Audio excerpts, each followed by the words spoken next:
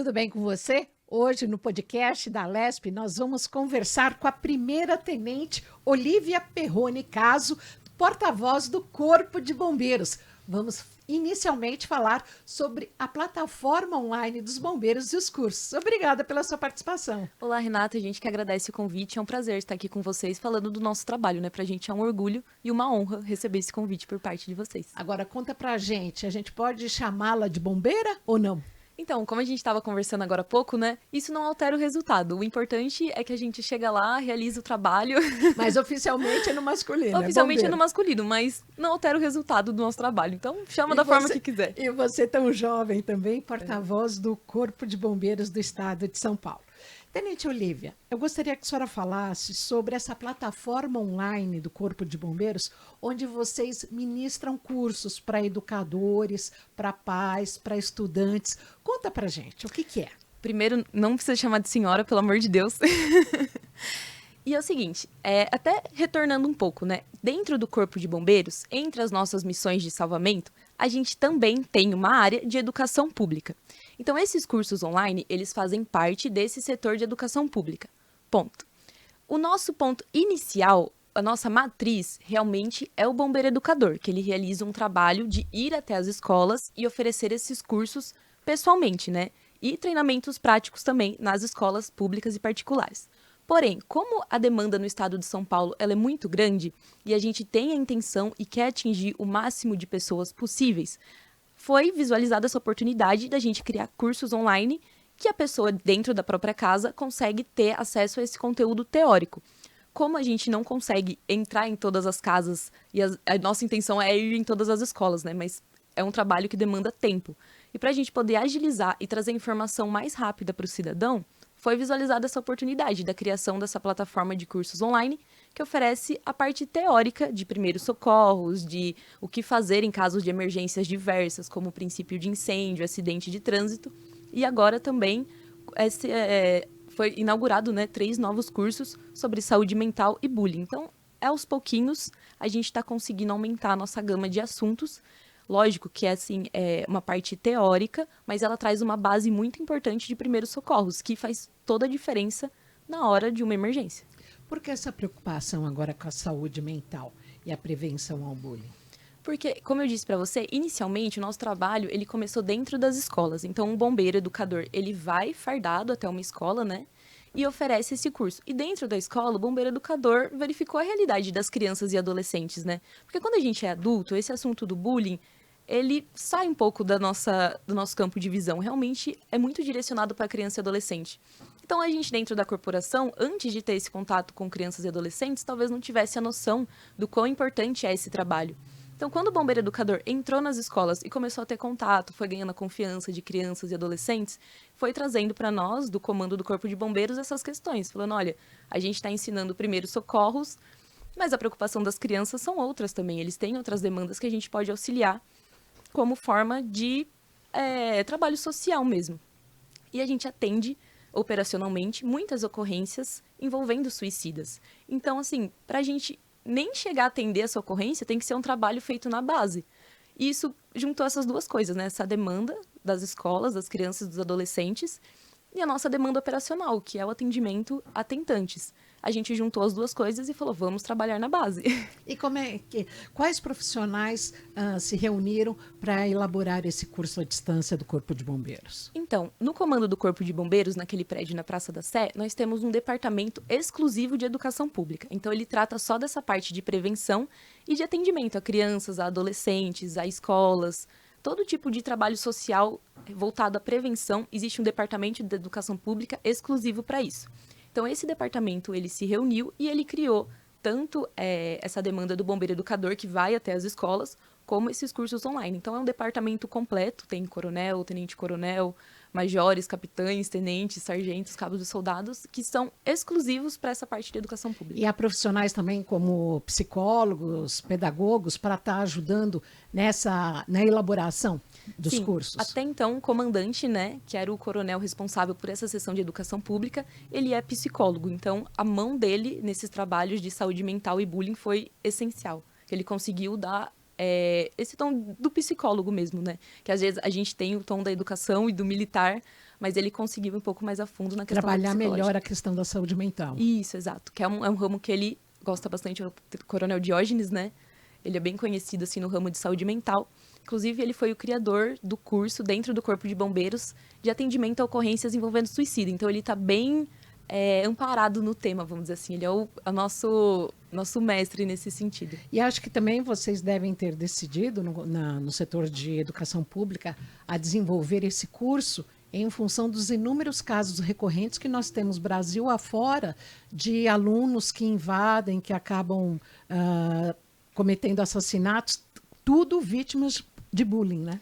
Exato. É algo assim que não começa do nada, né? Ninguém começa dando um soco. O bullying, ele começa nas pequenas ações do dia a dia. Dificilmente ele começa grave, ele começa nas pequenas tretas do dia a dia ali entre as crianças e os adolescentes. Então, é melhor a gente já cortar na raiz do que esperar chegar em uma situação grave como acontece em outros países. E começou a acontecer no Brasil, infelizmente, né? Uma pergunta. Os bombeiros, após atenderem uma cena de bullying ou mesmo do suicídio, que nem numa escola, não foi dentro da escola, foi fora, mas vocês são requisitados pela escola para dar esse suporte aos alunos no pós-acidente? Então, são duas situações diferentes, né? A nossa cartilha, nossos cursos de bullying, eles são de prevenção. Então, por exemplo, dentro da escola, caso ocorra algum tipo de violência verbal ou física relacionada ao bullying, aí isso vai ser levado até a diretoria da escola, que é quem é responsável para resolver essa situação. Então, a gente faz a parte de prevenção e a gente realmente só atua, no caso, se houve algum acidente e essa criança, esse adolescente, ele precisar de socorro médico. Porque a gente não tem nenhum respaldo jurídico psicológico para atendimento, né? Então, a gente faz a parte de prevenção, ensina o que traz esse tema à tona, né? Traz a discussão, mas se dentro da escola acontecer algo relacionado ao bullying, aí é com a direção da escola. O Corpo de Bombeiros a gente vai atuar se realmente necessitaria de algum socorro médico, algo do tipo. Qual a divisão que há entre os cursos que vocês lançaram agora de saúde mental e prevenção a bullying, para as várias faixas etárias e também tipos de população? Então, é muito importante. Não adianta só a criança saber o que é o bullying e tentar evitar se os pais e os professores também não estão preparados para esses assuntos. Então, a divisão de educação pública, ela achou que fosse pertinente, né? Seria o mesmo assunto, mas dividido por faixa etária, porque a forma de se dirigir ao público é diferente. Então, cada curso, ele visa isso, é o mesmo assunto, mas ele trata de formas diferentes com o público, né? A maneira de você falar com uma criança é totalmente diferente de falar com o adolescente, que é totalmente diferente de falar com o pai ou com o professor. Até pelo linguajar, né? De despertar também a atenção do educador, né? Isso, exato, né? E eles é os que estão muito mais expostos a isso, muito mais que os pais, né? Que eles estão ali no dia a dia. Porque dificilmente a criança vai sofrer bullying dentro de casa, ela vai sofrer na escola, geralmente. Então, o educador, muito mais do que os pais, às vezes, é quem está diretamente ligado a essa situação. Então, e eles acho que já devem estar bem exauridos também. E esses cursos são gratuitos? Eles são totalmente gratuitos e ele foi lançado pelo Bombeiro do Estado de São Paulo, mas qualquer pessoa no Brasil pode acessar, é um site livre, só precisa cadastrar o CPF, senha, é muito rápido e ele é livre para todos que quiserem do Brasil inteiro. E qual a duração dos cursos? Depende, de 3 a 2 horas a aula, então é bem rapidinho, realmente ali sentar no computador, você consegue finalizar. Só que tem que fazer lição por lição, porque não consegue pular, né? Eu vou tentar pular para puxar, não consegui. Mas é bem rapidinho. Às vezes a gente fica 2 horas rolando o feed do Instagram, né? Nem vê o tempo passar. E às vezes, principalmente para criança, né? É muito importante para elas terem esse foco e ver o quanto é importante. E às vezes não é nem com a criança que está sofrendo ou praticando bullying. Às vezes a criança vê outra criança passando por isso, né? Ah, no caso da criança, um público a partir de que idade vocês indicam esse material? Então, toda atividade de educação pública do Corpo de Bombeiros, a gente trabalha com 2 públicos infanto-juvenis, que é do 4º, 5º ano e 8ª, 9ª série. Então, são esses 2 blocos, vamos dizer assim. Seria entre 9 e 10 anos. 9 e 10 anos e depois acho que 8ª, 9ª série deve ser 14 ou 15 anos. Isso. Então, são esses 2 blocos que a gente trabalha especificamente. Pega 2 fases, né? A fase ali da infância e uma fase mais juvenil. E você já tem tido feedback do curso que acabou de ser lançado? Ele foi lançado no dia 1º de agosto, né? Então a gente ainda está recebendo bastante inscrições. Não tivemos nenhum feedback direto ainda, a gente ainda está aguardando um pouco mais massificar, né? Inclusive até agradecer a oportunidade de vir aqui divulgar mais uma vez. Mas essa plataforma, na verdade, ela já existe desde 2022, porque tem outros cursos inseridos nela. Então, dentro dessa plataforma, a gente já tem mais de 50 mil inscritos, até por conta desses outros cursos. E agora, nesse de saúde, de saúde mental e bullying, a gente pretende aumentar um pouquinho mais, ou quem já é inscrito também pode ter oportunidade de fazer. Quais os outros cursos que vocês oferecem nessa plataforma online dos bombeiros? Então, nós temos cursos de primeiros socorros, como, por exemplo, o que fazer em caso quando a gente visualiza um acidente de trânsito. Porque a gente já havia conversado um pouco antes, né? Tá tão massificado na cabeça das pessoas, tipo, eu aciono 193. Tá, mas o que eu posso fazer em relação àquela vítima até a viatura chegar? Mesmo que a gente chegue muito rápido, existe um delay, às vezes 1, 2, 3 minutos. O que eu posso fazer como cidadão, lógico, nunca me expondo ao risco, né? Mas para auxiliar aquela vítima no momento. Outras situações, acidentes pessoais, engasgamento, parada cardiorrespiratória. Então, toda essa parte de primeiros socorros, a gente consegue dar uma noção teórica, né, logicamente, mas muito básica e que vai fazer diferença na vida daquela pessoa. E é muito importante deixar isso bem claro, que é para todas as idades. Então, às vezes, uma criança... Hoje em dia, as crianças são muito rápidas, né? Então, qualquer bebezinho ali já pega o celular, já consegue discar um número, já entra no YouTube. Inclusive, é dever dos pais ensinar aos filhos, né, o número dos bombeiros. Então, e às vezes a criança consegue entrar no YouTube, entra no Instagram, entra no TikTok, mas não sabe discar o 93. Mas assim, ela tem plenas capacidades. Então, não tenham medo, né? Não duvidem da capacidade das crianças de aprenderem algo ou de conseguir salvar uma vida. Se ela conseguir discar o 93 e passar informações básicas, como o endereço, minha mãe tá desmaiada, a gente já consegue realizar o atendimento dessa ocorrência. Então, assim, não subestimem, é para todas as idades e idosos também, idosos que moram sozinhos, né? E tem mais dificuldade com tecnologia. Hoje em dia é tudo no celular, dificilmente você tem um telefone fixo numa casa. Então, às vezes o idoso não consegue acessar a plataforma por questões de geração, mas se o adulto conseguir acessar e transmitir esse conhecimento para o pai, para uma mãe, para um tio idoso que mora sozinho, pai, se o pai cair, pega o celular, disco 93, fala o endereço do senhor. Isso pra gente já ajuda muito e ajuda a pessoa também. E além dos acidentes, né, acidente de trânsito, acidentes pessoais, a princípio de incêndio também. Em relação a passar um endereço no momento de uma ocorrência, eu não sei o nome da rua, vocês conseguem pelo celular fazer essa identificação? Como que é?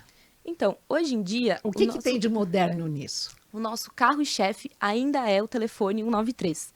A gente tentou implementar um aplicativo no passado, que ele ainda está em estudo, né? A gente já fez alguns testes. Porém, mesmo com o aplicativo, as pessoas estão muito condicionadas já ao telefone 193. Acho que durante tantos anos, tantas décadas, né? O 93 começou em 1970, que ele foi instituído no Brasil como telefone oficial do Corpo de Bombeiros. Então, já vem de geração esse costume.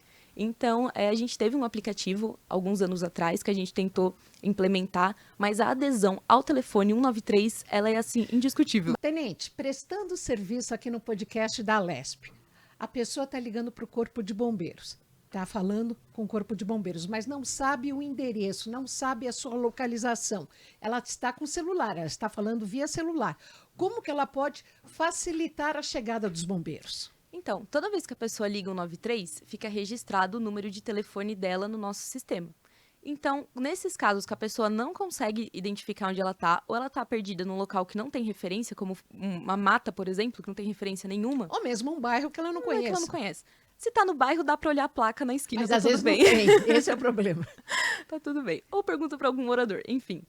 No caso que realmente não tem referência nenhuma, ou numa estrada erma, ou perdido em mata, o que a gente faz? A gente utiliza o telefone que a pessoa ligou pra gente, entra em contato, pode ser via WhatsApp, por exemplo, entra em contato e fala, aqui é o Corpo de Bombeiros, manda a sua localização. E aí, através do aplicativo WhatsApp, com o Google Maps, a pessoa consegue mandar a localização. De preferência, a localização atual, não a localização real, porque tem uma localização que vai se movimentando junto com a pessoa.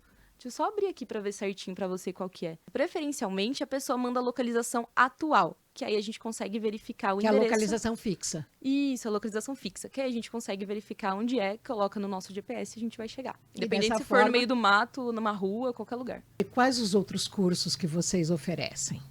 Então, além desses cursos online, que qualquer pessoa no Brasil pode fazer, a gente tem esses cursos presenciais. Então, assim, se eu tenho uma escola, né, se eu sou diretor de uma escola pública ou particular também, a gente não faz distinção. Eu posso entrar em contato com o IGB da área. Então, por exemplo, eu tenho uma escola na cidade de Avaré, que é onde eu trabalhava. Eu entro em contato com o posto de bombeiros do local e eu solicito um bombeiro educador para realizar esses cursos presencialmente na minha escola. Então, a gente vai demandar o bombeiro educador da região, o bombeiro educador vai colocar ali na agenda dele e essa escola vai receber todos esses cursos que a gente tem online presencialmente com treinamento prático, diploma, formatura, tudo. A gente brinca como se fosse o ProErd do bombeiro, né? Que a pessoa já está acostumada. E isso que eu gostaria de, inclusive, comentar aqui, navegando por essa plataforma online do Corpo de Bombeiros, que é uma linguagem muito acessível, seja para a criança, seja para o educador. Inclusive, na hora do incêndio, tem um personagem que se chama Faísca. Sim. Tudo isso para atrair, né? Para atrair o olhar da criança. E assim, não adianta a gente colocar conhecimentos muito complexos e difíceis de serem absorvidos. São conhecimentos básicos, mas que qualquer um pode fazer. Porque se for algo mais complexo, o Corpo de Bombeiros já vai ter chego, a brigada do local já vai ter agido. Então, assim, é algo bem basal mesmo. Desde a criança de 3 anos para o velhinho de 98 anos. Coisas muito básicas e às vezes a gente brinca, né? O óbvio precisa ser dito. Todo mundo acha que sabe fazer até chegar a hora e desesperar. No princípio de incêndio, o que vocês auxiliam? O que vocês recomendam? Princípio de incêndio. Aí, assim, de tudo pode acontecer. A gente já viu de tudo, né, Suzy? Com um carregador de celular. Muito comum. Dentro de residência, princípio de incêndio com carregador de celular. Primeira coisa, a causa daquele incêndio é um curto-circuito na rede elétrica. Então, primeiro de tudo, eu vou desligar a rede elétrica da minha residência no meu disjuntor. Desliguei, aquilo que está causando aquele curto-circuito já vai cessar e o princípio de incêndio que foi a causa daquele curto-circuito vai ser extinguido. Porém, até esse momento, o fogo pode ter se espalhado um pouquinho. Pode pegar na cortina e na cama. Então, coisas que nunca vão falhar. A água, ela sempre vai acabar com o fogo. Então, se eu tiver um balde, uma mangueira de jardim, eu posso utilizar após eu ter desligado a energia elétrica. Porque se eu manter a minha energia elétrica e jogar água, isso vai causar ainda mais curto-circuito e piorar a situação. Então, mantenha calma, desligue a energia elétrica da sua casa no disjuntor, desliga tudo. Porque às vezes a pessoa fica... eu vou desligar só... Desliga tudo, não tem erro. Baixa todas as chaves ali que você vai estar seguro. Depois que eu desliguei a energia elétrica, aí sim eu posso fazer a utilização da água para a extinção daquele incêndio. E assim, sem se expor a risco. Se esse incêndio já tomou uma proporção de um cômodo, já tomou uma proporção que eu não consigo me aproximar, saia da residência, avise os vizinhos para eles saírem também e acione o Corpo de Bombeiros. Isso, seja numa área residencial horizontal ou mesmo num prédio, né? Então, e aí a gente tem uma diferença muito importante. Prédios residenciais, eles são obrigados a terem o AVCB, que é o auto de vistoria do Corpo de Bombeiros. Isso significa o quê? Que ele tem medidas de proteção e prevenção contra incêndio. Então, em prédios residenciais, eu vou ter extintor, eu vou ter hidrante, eu vou ter saída de emergência, coisas que não são exigidas em edificações unifamiliares, que é o caso de uma residência. Então, por exemplo, a mesma situação se acontecer num prédio. Eu tenho mais subterfúgios para me auxiliar. Então, se começou um curto-circuito, a mesma coisa. Eu vou lá, desligo o disjuntor do meu apartamento e eu posso me utilizar de um dos extintores que estão nos corredores. Preferencialmente, um extintor ABC. Porque o A é aquele grandão que é só de água, mas como a gente está mexendo com circuito elétrico, nos corredores também geralmente vai ter o ABC, que aí ele serve tanto para circuito elétrico como para qualquer outro material. E ele é menor. Isso, ele é menorzinho, assim. Ele vai sair um pozinho, ele é mais seguro nesses casos. Correto. Em relação a essa questão das edificações que a gente está falando, prédios mais antigos, com 30, 40 anos, eles são obrigados a ter sprinkler? Ou se não, mesmo o alarme de emergência, o alarme de incêndio? Os prédios que são construídos desde 2018, eles são obrigados a estarem condizentes com o decreto atual, que é o 63911 de 2018. Então, eles são obrigados a cumprir com isso. E aí, cada um vai ter uma especificidade, se precisa de sprinkler, se precisa de hidrante, entre outras coisas. Os prédios antigos, o que acontece? Eles são obrigados a se adequarem o máximo possível ao decreto estadual atual. Mas a gente sabe que, muitas vezes, é impossível se adequar 100%. Por quê? Na época, eram outros decretos, outras legislações. Muitos anos atrás, a gente nem tinha a carga de incêndio que existe hoje. Então, a gente não tinha tantos aparelhos elétricos conectados. Então, era outra realidade. Então, o que acontece? Quando o engenheiro ele dá entrada para a regularização desse prédio antigo, de 30, 40 anos atrás, ele é obrigado, né, a adequar o máximo possível. Então, se for possível e for exigido sprinkler, ok. Se ele não conseguir colocar por questões de construção do prédio, por questões estruturais, ele vai sugestionar uma opção que vai... Tô tentando achar uma palavra que vai substituir na medida do possível. Então, assim, olha, eu não consigo colocar sprinkler. Assim, uma observação bem hipotética, né? Não que seja assim, é só um exemplo. Eu não consigo colocar sprinkler, mas eu posso colocar o dobro de extintores, pode ser? Ok, pode ser. Ou não, isso não é o suficiente, coloca mais hidrante. E aí é uma negociação entre ali a equipe de engenharia responsável pelo processo e a legislação do Corpo de Bombeiros. É quase uma advocacia. Eu conheço um prédio que tem, acho que quase 60 anos, e que, então, diz que os bombeiros exigiram que se colocasse alarme contra incêndio, alarme de incêndio, nos andares. Mas esse alarme precisa ter um detetor de fumaça? Então, depende de cada prédio. Tem locais que só é necessário o alarme, tem locais que é necessário o detector de fumaça. Então, depende muito, porque a gente emite AVCB desde um mercadinho de 750 metros quadrados até complexos gigantescos de empresas de petróleo. Então, assim, é muito variado. É um ramo, assim, do Corpo de Bombeiros bem específico. E tem muita gambiarra que leva a acidentes? Sim, principalmente gambiarra elétrica. Uma coisa que é muito comum, que a gente acabou de falar, é curto-circuito elétrico. Por quê? Principalmente casas mais antigas, né? Antigamente, a rede elétrica, ela não era preparada para a carga que a gente coloca hoje. Então, hoje a gente tem fritadeira elétrica, o fogão é elétrico, é o liquidificador, é o secador de cabelo, é a chapinha, é o ferro de passar, é a máquina de lavar, é tudo. Numa rede elétrica que muitas vezes, que foi construída 20, 30 anos atrás, nem de longe ela é programada para suportar. Subdimensionada. Muito.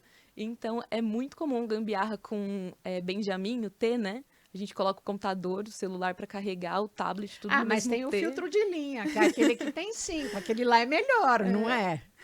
Assim, a recomendação ideal é, tipo, cada tomada com o seu aparelho, né? Mas a gente sabe que é muito difícil. Então, sempre que eu for utilizar aparelhos elétricos que tem muita carga de energia para puxar, uma fritadeira elétrica, um ferro de passar, nunca deixar sem supervisão.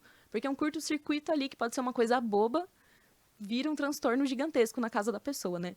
Então, assim, a gente sabe que é difícil e a recomendação é, vou utilizar muitos aparelhos elétricos, vou fazer um churrasco para a família, vou utilizar tudo na mesma tomada. Então, não deixar sem supervisão e não deixar coisas inflamáveis próximo, né? Uma cortina, um colchão, que aí para o fogo se espalhar é batata. Uma tomada conectada, mas que a pessoa não esteja utilizando que nem hoje em dia também é muito moderna essas chaleiras elétricas. Então você deixa lá conectado, mas não está acionado. É perigoso deixar conectado? Não, porque ela não tá sugando ali a energia elétrica, né? Então tá tudo bem. A não ser que ocorra uma coisa muito absurda, um raio cai em cima da casa e passe energia elétrica pelos fios, mas é muito raro, né? Então, o que causa mais risco mesmo são essas sobrecargas do sistema elétrico. Então, deixar o celular carregando ali, sente que a fonte está fritando de calor já, o tablet está junto, o computador está junto e reza para Deus, né? E, inclusive, comprar produtos atestados pela ABNT, né? Associação Brasileira de Normas Técnicas, que pelo menos já foram testados. Ou pelo Inmetro também. Já foram testados e seguir o manual do fabricante, né? Recentemente, a gente teve uma demanda bem recorrente no Corpo de Bombeiros, que começou uma receita na internet de pessoas que colocavam leite condensado com papel alumínio dentro da fritadeira elétrica para transformar em doce de leite, como faziam antigamente na panela de pressão. Só que a pessoa que planejou, que fez aquele produto, jamais imaginou que a gente iria criar essa gambiarra. O leite né? condensado é a lata, né? Embrulhar a lata com alumínio. Isso, e colocar dentro da fritadeira elétrica. Só que isso nunca é recomendado pelo fabricante, sabe? Então, assim, por mais seguro que o produto seja, a mente do brasileiro ela é tão criativa que a gente nunca sabe. E isso causou acidente? Causou acidente. Repercutiu vários vídeos na rede social dessa fritadeira ela sofrendo uma leve explosão, assim, por gambiarra. Então, assim, gente, compra o doce de leite, sabe? Um outro acidente também muito comum é a questão da panela de pressão, né? Isso, panela de pressão. E a gente tem o costume, principalmente no interior, eu que sou do interior vejo muito isso, de passar aqueles carros oferecendo conserto de panela de pressão. Mas a gente tem uma máxima dentro do Corpo de Bombeiros que a panela de pressão não tem conserto. Se a sua caiu no chão, se ela tá amassada, se precisou trocar a borracha, precisou trocar o pino de segurança, o ideal, que não é a realidade da maioria dos brasileiros, infelizmente. Mas a gente aquela sabe isso. borracha no entorno, tudo bem trocar. Então, tudo bem, mas assim, tudo bem. Mas ela tem que trocar antes dela dar problema, né? Sim. Então, assim, como eu vi que a borracha começou a ficar rachadinho, que ela já não encaixa muito bem, troca. Só que isso é difícil falar, porque a gente sabe que não é a realidade da maioria dos brasileiros. A gente não tem condição de ficar comprando panela de pressão, né? Mas, para quem tem condições, quem tem filho dentro de casa que utiliza muito a panela, o ideal é amassou, caiu no chão, se o cabo tá penso, troca a panela, porque ela é uma bomba de pressão dentro da sua casa, Limpar o pino, né? Limpar sempre o pino. Sim, todas as vezes que utilizar, limpa bem, passa água, usa um palito de dente, desentope. Porque assim, a gente nunca acha que o acidente vai acontecer até ele acontecer, né? E causa bastante destruição e pode até matar, né? Sim, e é tão. E a cozinha cozinha e banheiro dentro das residências é onde a gente tem muita incidência de acidente. E acidentes que são causados por coisas bobas, vamos dizer assim. Ninguém tropeça numa montanha. A gente sofre acidente por descuidos bobos do dia a dia, né? E na correria, a gente sabe, ninguém tem tempo de ficar parando, areando panela de pressão. É muito difícil hoje em dia. Infelizmente, é a realidade do brasileiro, né? Agora, Tenente, no Rio de Janeiro, vira e volta, a gente tem casos, inclusive com óbitos, de aquecedores a gás. Aqui em São Paulo, o número é menor. Por quê? A fiscalização aqui é maior, a legislação é mais rígida? Então, essa parte de aquecedores, o Corpo de Bombeiros, quando a gente vai emitir o auto de vistoria do Corpo de Bombeiros de um local que possui, todos os canos pressurizados com gás, a gente solicita uma RT, que a gente fala, né? Que é uma vistoria do engenheiro que projetou aquilo. Então, quando o Corpo de Bombeiros ele emite o AVCB para um local que possui esse tipo de aquecedor, subentende-se que o engenheiro responsável pela projeção, aquisição e instalação daqueles equipamentos verificou que está tudo dentro dos conformes. Mas pensando na minha casa, eu tenho um aquecedor de gás lá. A legislação, inclusive, eu acho que até a Comgás também cumpre isso. Tem que ter ventilação, não tem. A legislação daqui é mais rígida, por isso temos menos acidentes em comparação ao Rio.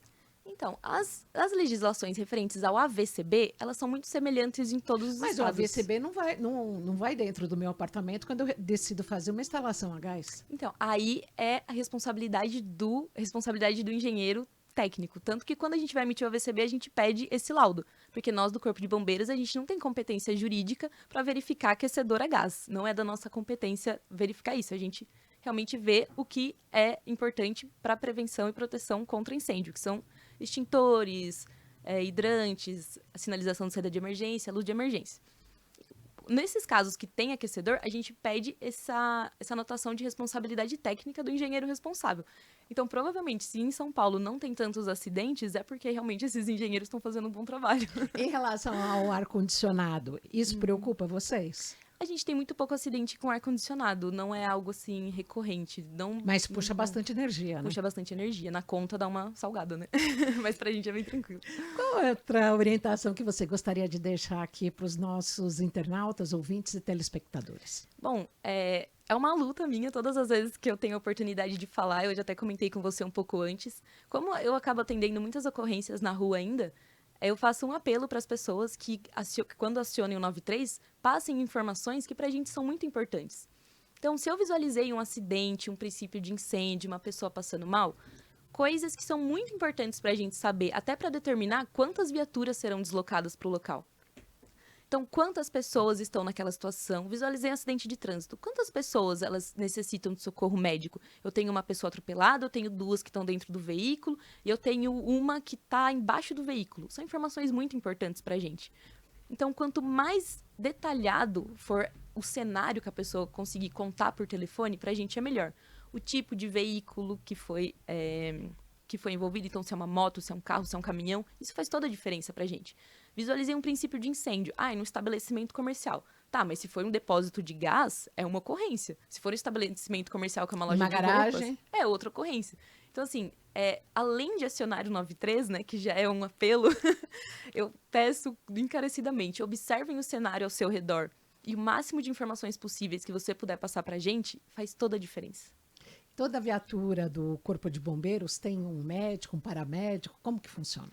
Todas as viaturas de resgate do Corpo de Bombeiros possuem obrigatoriamente 3 bombeiros que são treinados para resgate e urgência e emergência. A gente não é autorizado, né? A gente não tem essa possibilidade de fazer intervenção no paciente medicamentosa, nem nada do tipo. A gente estabiliza a situação do paciente para levá-lo da mesma forma até o hospital. Então, a gente não tem essa possibilidade de medicação ou algo do tipo. A nossa prioridade, a nossa missão é estabilizar esse paciente e entregá-lo, entre aspas, né, da mesma forma no hospital.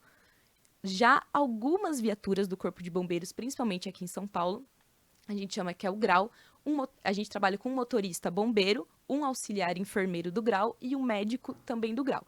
Essas viaturas, elas são disponibilizadas dependendo da ocorrência, quando realmente necessita de uma intervenção médica no local. Acidente de trânsito, a pessoa quebrou uma perna, por exemplo. Mesmo que eu tenha um médico no local, ele não vai fazer uma cirurgia ortopédica. Então, a gente consegue disponibilizar uma viatura só com bombeiros para estabilizar aquela vítima e levá-la até o hospital. Agora, por exemplo, uma parada cardiorrespiratória. Eu consigo, sim, com a intervenção de um médico no local, mudar essa situação. Então, aí sim é acionada essa viatura com o médico. Então, a gente tem todo um trabalho para realmente também não ficar disponibilizando viaturas na rua, às vezes para ocorrências que não necessitem, né? Então, às vezes a pessoa está passando mal, enquanto isso tem outra que está com uma parada cardíaca. Pô, eu vou mandar um médico para parada cardíaca, né? A pessoa que torceu o dedinho vai esperar um pouquinho. 2 últimas perguntas. A questão de acidentes. Em que momento que, no atendimento a uma ocorrência, vocês acionam um helicóptero Águia da Polícia Militar? Então, quem aciona, na verdade, é a nossa central, que fica ali na luz, e ela é responsável por todo o acionamento e desmobilização de viaturas. Então, por exemplo, quando a pessoa liga ao 93, o despachador do Cobom, que é a nossa central, ele vai verificar se há necessidade. Por exemplo, um acidente de trânsito, que a pessoa ela está em estado muito grave e o hospital mais próximo que vai conseguir atender está a 40 minutos de distância e ela está com uma hemorragia gravíssima que não vai conseguir chegar a tempo, ele determina que seja encaminhado o helicóptero para transporte dessa pessoa, por exemplo. Isso vocês é que passam para a central? A gente passa a situação da vítima. Certo. E aí, se for avaliado que há necessidade da mobilização do helicóptero, ele vai ser mobilizado, por exemplo.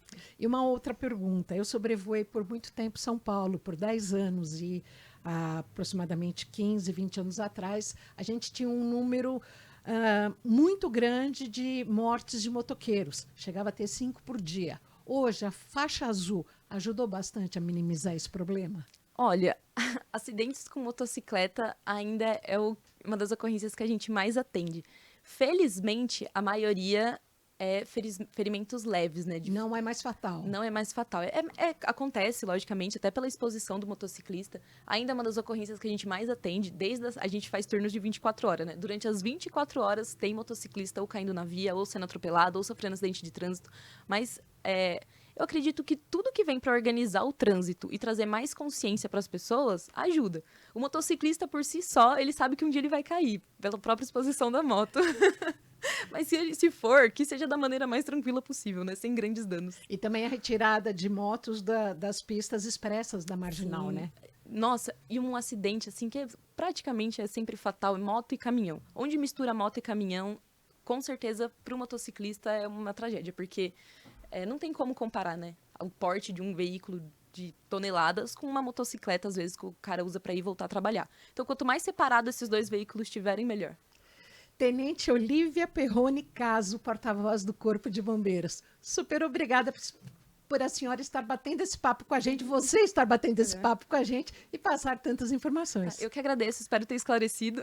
Com certeza. Olha, e o número dos bombeiros? Gente, 193, mas passem muitas informações. Não fiquem com preguiça de explicar o cenário, precisamos saber de tudo. Aí, ficou a dica, hein? Anota a dica. Agradecemos a sua participação, a sua audiência aqui no podcast da LESP. Até mais.